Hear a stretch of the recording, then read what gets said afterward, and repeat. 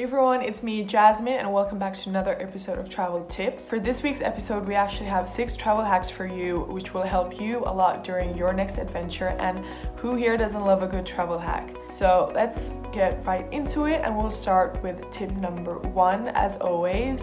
So tip number 1 is to scan your passport. This is something my dad will never forget to remind me every time I go traveling on my own. He'll always be like, Jasmine, don't forget to take another scanned copy of your passport, or just scan your passport and have it printed out, or then just saved on your phone, send it to yourself on your email, because you never really know what can happen with your passport. And also when you're buying flights or tickets or just booking anything, make sure to also take screenshots so you don't have to be carrying around these 100 pieces of papers just around your trip when you can all have it on your phone. At the end of the day, you're paying so much for your phone, so you might as well make some use out of it. Am I right? Tip number 2 is to mark your bag as fragile. This is a tip that not only will make the people handling your bags take better care of it, but it also will be the first bag that comes out when you do go pick up your baggage, because the ones that are fragile are usually the ones placed on top, so they're also the ones that will come out first. And now for tip number 3 is to give up your seat on a flight. I know this might not sound like a nice travel hack, but most often when a flight seems to be overbooked, you can volunteer to give up your seat, and when you do, you get booked onto the next flight, and guess what? You'll probably be promoted into business class. You'll get all these fancy perks that you wouldn't have otherwise.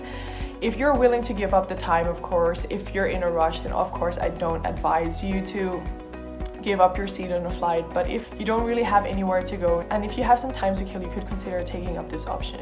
And now for tip number 4, I feel like a lot of people already know this, but for those who don't, is to take advantage of the offline Google Maps. You probably have the Google Maps on your phone, so during the times you do have Wi-Fi, download the Google Maps onto your phone, and when you're basically walking around, you can just get out your phone and the map will be right there. You don't have to use your Wi-Fi as it's already fully downloaded for you. So make sure to take advantage of the offline Google Maps, because you don't want to get into a tricky situation where you have no idea where you are, because getting lost is the worst and I hate it. So please don't get lost. And now for tip number 5 is to charge your electronics with the TV. So if you're at an airport, right, and you don't really have a charging port or anywhere to really plug it in, a tip is to find a TV and just plug it in the little USB adapter that comes with the phone charger, right? You just plug it into the TV and then plug it onto your phone. Because if you're stuck at an airport for like 12 hours or even longer, you're gonna need your phone. You're gonna need that battery life.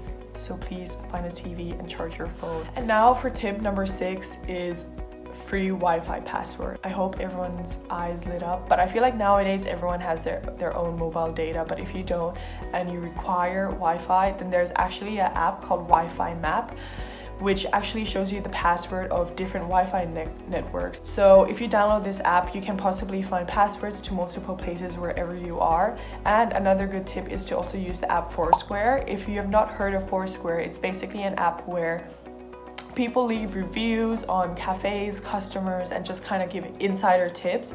It's a great app for anyone who's traveling and don't really know where to go or where to eat.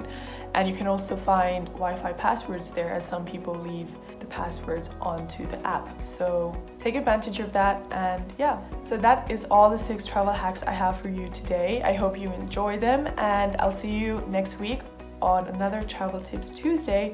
And if you enjoyed this episode, don't forget to like and subscribe, and maybe leave a comment on maybe what you want to see in the next episode. So make sure to do that, and check out JoinMyTrip as well to find like-minded travel buddies, and I'll see you next time. Bye!